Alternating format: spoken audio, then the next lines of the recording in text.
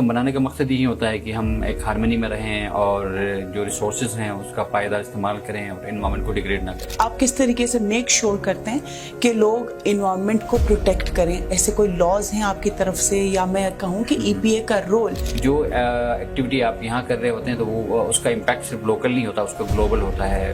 Deplete ہو رہے ہیں resources, تو اس میں سب سے بڑا انوائرمنٹ کو کیا چیلنج اس وقت جی بی کا اسپیسیفک ہے؟ اس میں ایسے ایریاز جو پیور نیچر کے لیے ڈیڈیکیٹڈ تھے، ان ایریاز میں جا کے ہم اننیسیسری فیسٹیوٹیز یا ایکٹیویٹیز کرتے ہیں، جس کی وجہ سے ایک پورا یہ جو بیلنس ہے، ڈیلیکیٹ بیلنس ہے، وہ ڈسٹرب ہوتا ہے. کپڑے کا تھیلا لے کے جائیں، اس میں تندور سے نان لے کے آئیں. ہم گرم چیزیں، کھانے پکانے کی چیزیں پلاسٹک میں لے کے آتے ہیں. جو بہت زبردست ہے. یہاں پہ جو ہمارے مدارس کے اندر بچیاں ہیں، یتیم بچے ہیں، پون داس میں ایک بڑا سینٹر ہے جو وہ بناتے ہیں کپڑے کے تھیلا، اور یہاں سے وہ نہ صرف یہاں بلکہ انگلینڈ بھجواتے ہیں.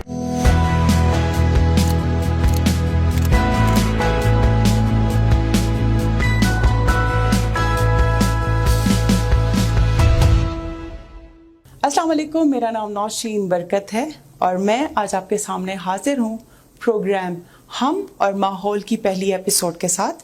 میرے ساتھ تشریف فرما ہے خادم حسین صاحب. آپ ڈائریکٹر ہیں انوائرمنٹ پروٹیکشن ایجنسی کے. جیسا کہ آپ سب کو معلوم ہے کہ آج کا دن ہم ورلڈ انوائرمنٹ ڈے کے طور پر سیلیبریٹ کر رہے ہیں، اور اس سال کا تھیم ہے اینڈنگ پلاسٹک پولوشن گلوبلی. ہم جاننا چاہیں گے خادم صاحب سے کہ ان کی نظر میں ورلڈ انوائرمنٹ ڈے ہے کیا، ہم کیوں مناتے ہیں، یہ کب سے ہم نے سیلیبریٹ کرنا شروع کیا ہے، اور گلگت بلتستان کے تناظر میں ہم ورلڈ انوائرمنٹ ڈے کو کس طریقے سے دیکھتے ہیں. السلام علیکم خادم بھائی. السلام علیکم جی. کیسے ہیں آپ؟ اللہ اکرم. ایک ایسے ادارے سے آپ کا تعلق ہے انوائرمنٹل پروٹیکشن ایجنسی سے، جن کا بہت اہم رول ہے گلگت بلتستان میں، اور اگر دیکھا جائے تو پاکستان کی سطح پہ. آپ کے خیال میں آپ کے لیے ورلڈ انوائرمنٹ ڈے کیا ہے؟ بسم اللہ الرحمن الرحیم. بہت شکریہ آپ کا کہ اچھے موضوع کے اوپر آپ نے پروگرام رکھا ہے. بیسیکلی ورلڈ انوائرمنٹ ڈے ایک ماحول یا جس انوائرمنٹ کے اندر ہم رہتے ہیں اس میں کس طرح ہم نے رہنا ہے، اس میں کیسے توازن کو برقرار رکھنا ہے، اس حوالے سے اس ڈے کو سیلیبریٹ کیا جاتا ہے. ویسے تو 5 جون گلوبلی اس کو سیلیبریٹ کیا جاتا ہے. اس کی ہسٹری ہے 1972 میں جو ورلڈ سمٹ ہوئی تھی، اس میں ڈیسائیڈ ہوا تھا کہ انوائرمنٹ کو ہم کس طرح بچانا ہے اور اس کو ہم اس دن کو کیسے سیلیبریٹ کرنا ہے. تو 1973 کو فرسٹ جو یو این کا ورلڈ انوائرمنٹ ڈے سیلیبریٹ ہوا ہے، اور وہ اونلی ون ارتھ کے نام سے. اور اس کے بعد یہ ہر سال اس کا ایک تھیم ہوتا ہے، اور اس تھیم کی مناسبت سے اکراس دی گلوب اس کو سیلیبریٹ کیا جاتا ہے، اور کوئی نہ کوئی کنٹری اس کو ہوسٹ کر رہی ہوتی ہے. تو اس کا بنانے کا مقصد یہی ہوتا ہے کہ ہم ایک ہارمنی میں رہیں اور جو ریسورسز ہیں اس کا فائدہ استعمال کریں اور انوائرمنٹ کو ڈیگریڈ نہ کریں. خادم بھائی، جیسے آپ نے کہا کہ ہم ایک ہارمنی میں رہیں اور اپنے ریسورسز کا بیجا استعمال نہ کریں، اگر ہم گلگت بلتستان کے کانٹیکس میں دیکھتے ہیں، اب کرنٹ جو ہماری انوائرمنٹ، اگر میں اس کا کہوں کہ اس کی سچویشن، اس کے بارے میں آپ کیا کہنا چاہیں گے؟ کرنٹ سچویشن چونکہ جیسے جیسے انسان ترقی کرتا ہے، ریسورسز کو اور ایکسپلائٹ کرتا ہے، اور ریسورسز کا یوز زیادہ ہوتا ہے، اور اس سے اور ایکسپلائٹیشن یا ریسورسز کا جو ہم یوز کرتے ہیں اس میں کہیں نہ کہیں انوائرمنٹ کو کمپرومائز کرتے ہیں. جو نیچرل سسٹم ہے یا جو بیلنس ہے اس کو کہیں نہ کہیں ہم ڈیگریڈ کرتے ہیں.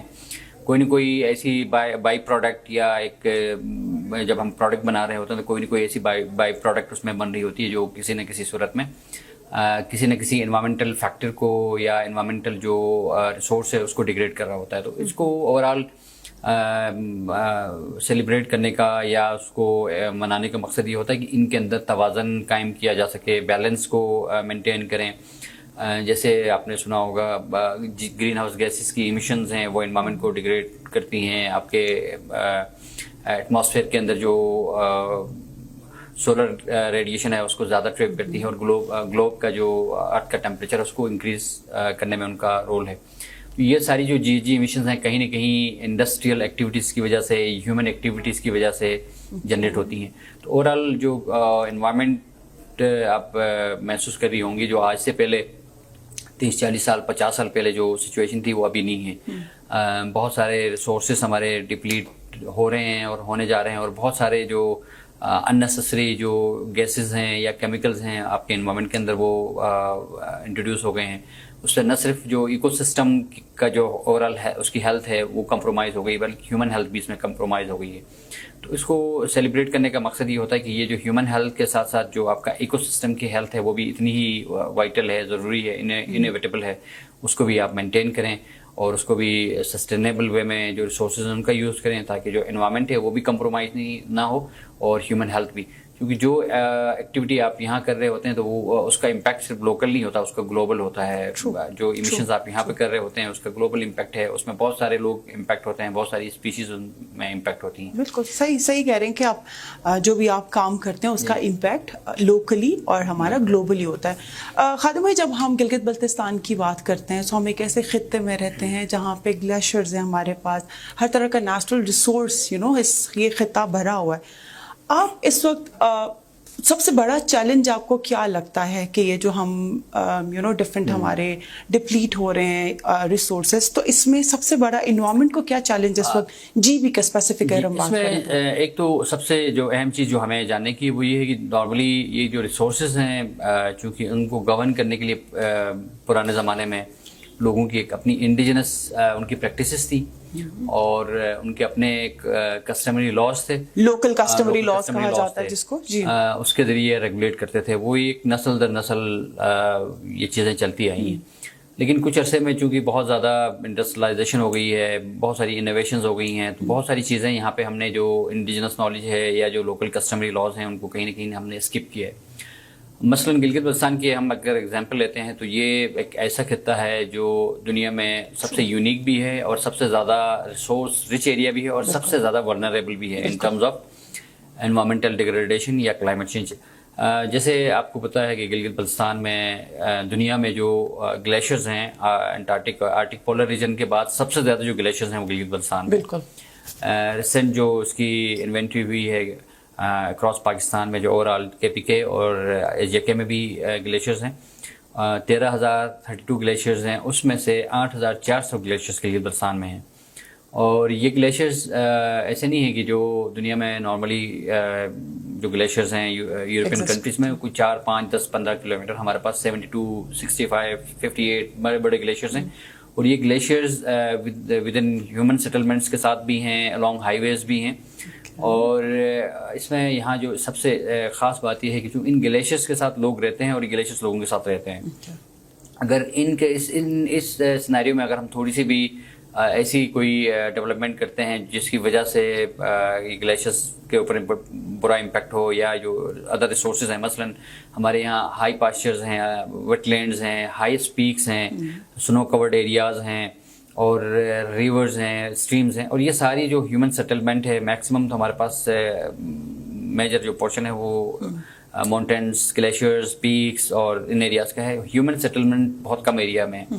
اور اسی سینیریو میں اگر ہم اس ڈیولپمنٹل جو ایکٹیویٹیز ہوتی ہیں یا اس کمپٹیشن کے دور میں, کیونکہ ہم بہت زیادہ گاڑیوں کا استعمال کرتے ہیں, ہم زیادہ فوسل فیول کا استعمال کرتے ہیں, ہم ڈیگریڈیشن کرتے ہیں, سالڈ ویسٹ بہت زیادہ ہم پروڈیوس کرتے ہیں, اسی طرح ہم اوپن سالڈ ویسٹ کو ڈمپ کرنے کے ساتھ اس کو برن کرتے ہیں, اسی طرح ڈیفارسٹریشن ہم کرتے ہیں.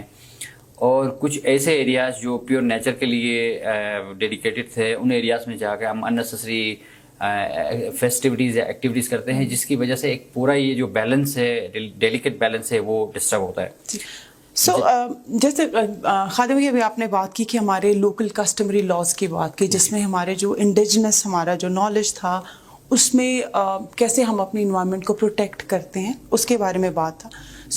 آج کے اگر ہم نسل کی بات کریں, کیا ایسی چیزیں ہم کر رہے ہیں ہم اپنی انڈیویجول کیپیسٹی میں کہ وہ انوائرمنٹ کو ڈائریکٹلی ہم نے ابھی کہا کہ ہمارے بہت سارے پریکٹسز ایسے ہیں جو ڈائریکٹلی افیکٹ کر رہے ہیں. کون سے ایسے ہیں جو پہلے ہمارے زمانے میں نہیں ہوتے تھے اور لاز ایسے تھے, اور اب کی بار ایسے کون سے لاز نہیں ہیں جن کی وجہ سے لوگ ان کا غلط استعمال کر رہے ہیں؟ لاز تو ابھی بھی ہیں, لیکن وہ لاز جو ہیں نارملی جو پرانے زمانے میں ہوتا یوں تھا کہ لوگوں کی اپنی ایک ٹریڈیشنل جو کسٹمری لاز تھے اس میں ریسورس کو گورن کرنے کے اپنے ایک دو طریقے تھے. مثلاً پاسچر مینجمنٹ کا ایک پورا پروٹوکول تھا, فارسٹ مینجمنٹ کا پروٹوکول تھا, واٹر شیڈ مینجمنٹ کا تھا.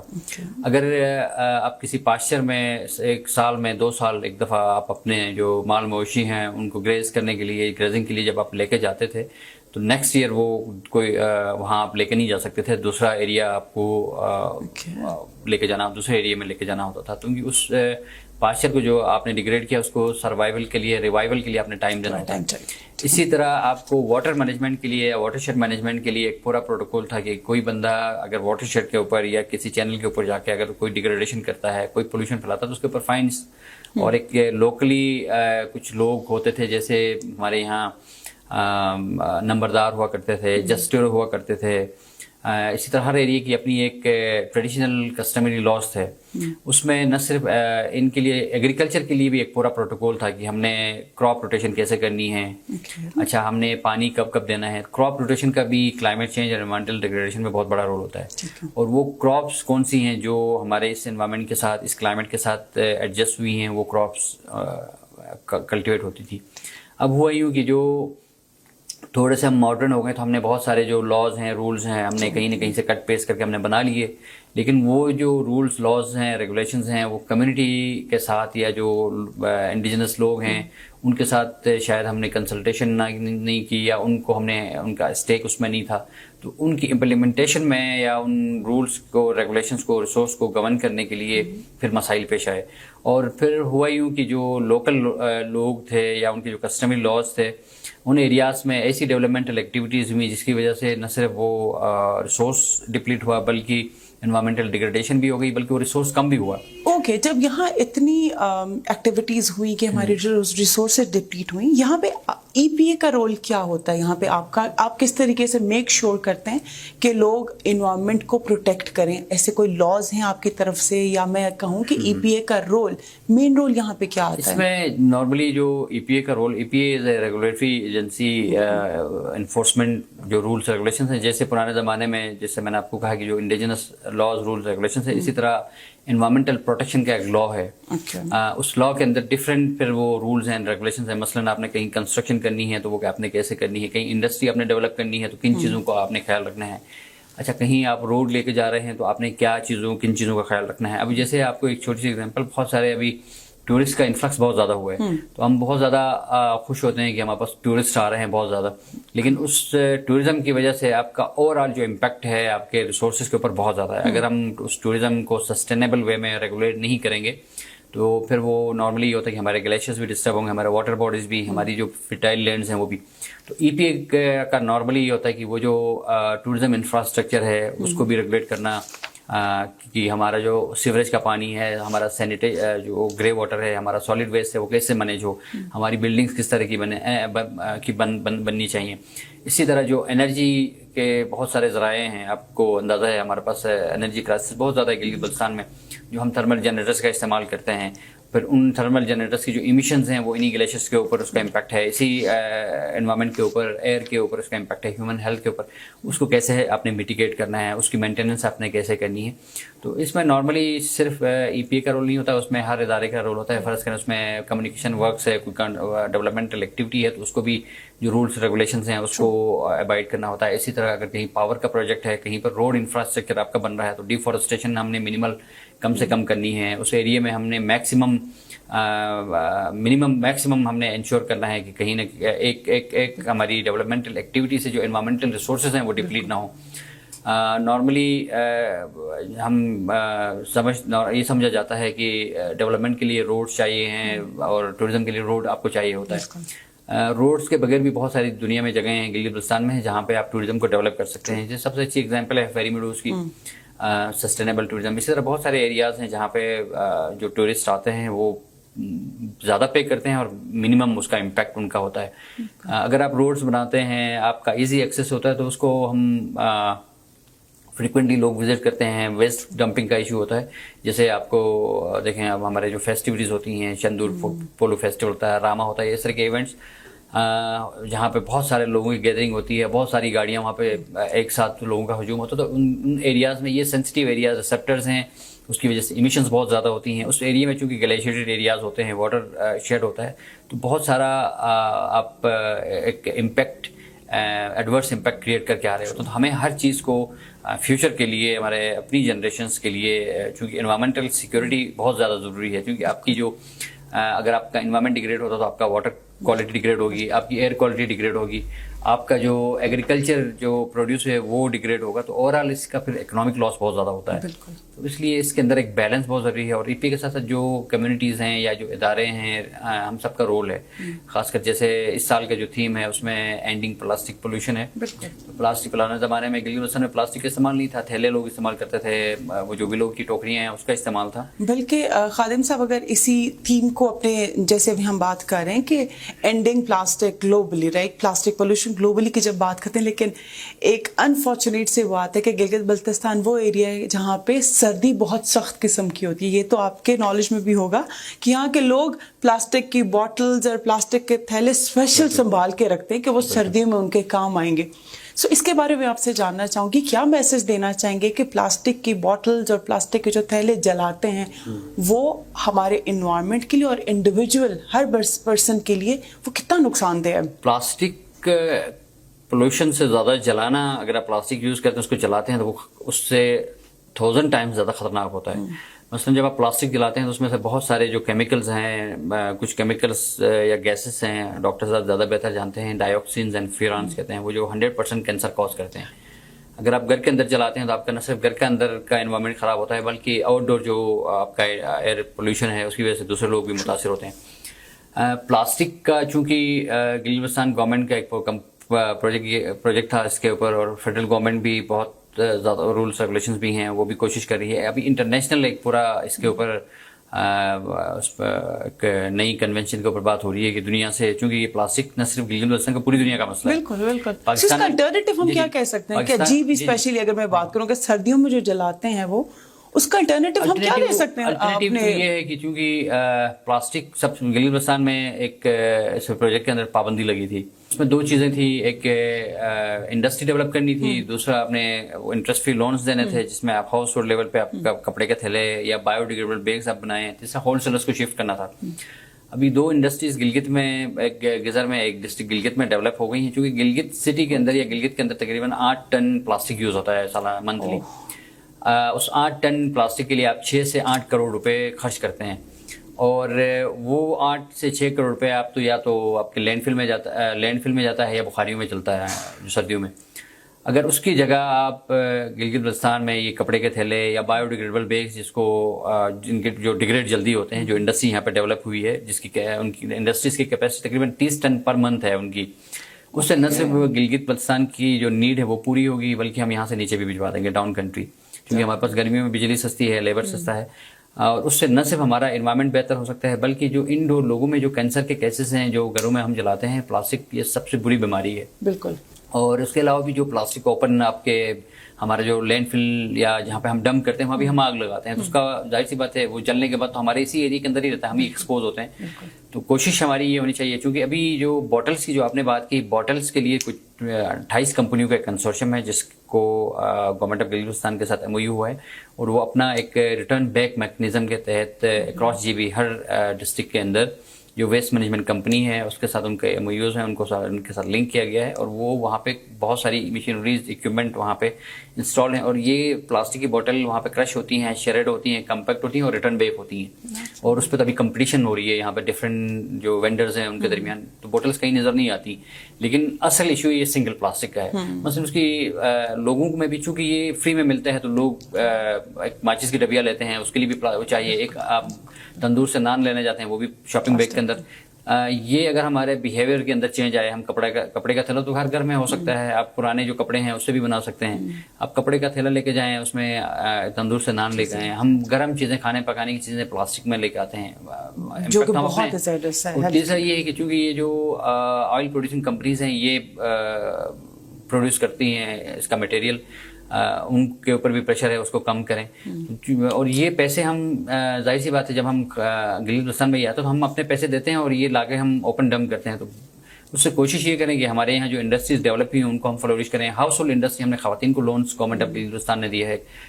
اس کے علاوہ یہاں پہ جو ہول سیلرز ہیں, اس کے علاوہ بہت ساری جو پرائیویٹ کمپنیز NGOs ادارے ہیں وہ بنا رہے ہیں. کچھ یہاں پہ جو ہمارے مدارس کے اندر بچیاں ہیں, یتیم بچیاں ہیں, کون داس میں ایک بڑا سینٹر ہے جو وہ بناتے ہیں کپڑے کے تھیلے, اور یہاں سے وہ نہ صرف یہاں بلکہ انگلینڈ بھجواتے ہیں. تو یہ پورا ایک گلوبل کنسرن ہے, وہ نہ صرف گلگت بلتستان میں اس لیے کنسرن زیادہ ہے کہ چونکہ ہم گلیشیٹڈ ایریاز ہیں, ہمارے پاس سینسٹیو ایریا ہے, اور اس میں ہم زیادہ امپیکٹ ہوتے ہیں, ہم ہی امپیکٹ ہوتے ہیں میکسیمم. تو اس لیے میکسیمم لوگوں میں اس میں شعور, ہم سب کا یہ فرض ہے, بلکہ ہمارے جو ریلیجیس اسکالرز ہیں ان تک ہم نے اپروچ کیا, ان کا بھی زیادہ فرض ہے. کیونکہ ہم یہاں کوئی بھی احتجاج ہو, کوئی بھی ایشو ہو, تو ہم ٹائر بھی جلا رہے ہوتے ہیں اور اسی ٹائر کے دھوئیں کے ساتھ بیٹھ کے ہم احتجاج کر رہے ہوتے ہیں. ایک تو وہ احتجاج بھی کسی ریزن کے لیے کرتے ہیں, کسی چیز کی کمی ہے یا وہ ہے, ساتھ ہم آپ کو امپیکٹ بھی کر رہے ہوتے ہیں. تو ہم چونکہ جو پڑھے لکھے لوگ زیادہ ہیں گلگت بلتستان میں, تو ہم اگر انڈیویجولی سب کوشش کریں تو یہ جو وبا ہے یا جو بیماری ہے ختم ہو سکتی ہے. بہت شکریہ خادم صاحب, آپ نے ایک بہت ایسے ٹاپک پہ انلائٹن کیا ہے ہمیں, جہاں پہ آپ نے بتایا کہ یہ سب کی ذمہ داری ہے, کسی ایک آرگنائزیشن کی نہیں, ہر انڈیویجول کی ذمہ داری ہے. جہاں پہ ہم ون ٹائم پلاسٹک کا یوز جو ہے اس کو اگر ختم کر کے اپنے ساتھ ہی بوٹل کیری کریں پانی کے لیے, اور سب سے بڑی چیز ایگزیکٹلی کپڑے کا تھیلا کیری کریں. اس کے ساتھ ساتھ اگر آپ نے اکثر اوقات دیکھا ہوگا کہ کلائمیٹ چینج کی کانفرنسز ہو رہی ہوں گی, لیکن ہمارے سامنے جو ہے وہ پلاسٹک کی بوٹلز ہی رکھی جائیں. سو پلاسٹک کی بوٹلز کو ہٹا کے ہم اپنا ری یوزیبل اپنے ساتھ اپنے بوٹلز کیری کریں, اور وہ اس طرح کے کام کریں جس سے ہمارا انوائرمنٹ جو ہے وہ سیف رہے. یہ ہم سب کی ذمہ داری ہے. اور اس سال کا جو ہمارا تھیم ہے اینڈنگ پلاسٹک پولوشن گلوبلی, اس میں ہم سب کی ذمہ داری بنتی ہے کہ ہم اس پلاسٹک کا خاتمہ کم از کم اپنے گلگت بلتستان سے اس کا خاتمہ کریں, جہاں پہ 8 ٹن پلاسٹک صرف گلگت ریجن میں اس کا استعمال ہوتا ہے. سو ہم سب نے بہت سینسبلی اور رسپانسبلی اپنی جتنی بھی رسپانسبلٹیز ہیں ان کو پورا کرنا ہے. پلاسٹک کا استعمال کم سے کم کرنا ہے, اور کوشش کرنی ہے کہ اپنے بچوں کو, کیونکہ ہم جو سٹیپ کریں گے ہمارے بچے ہمیں دیکھا دیکھی وہی سٹیپ کریں گے, تو ہم نے اپنی اگلی جنریشن کے لیے ایک اچھی اگزامپل سیٹ کرنی ہے. Thank you so much.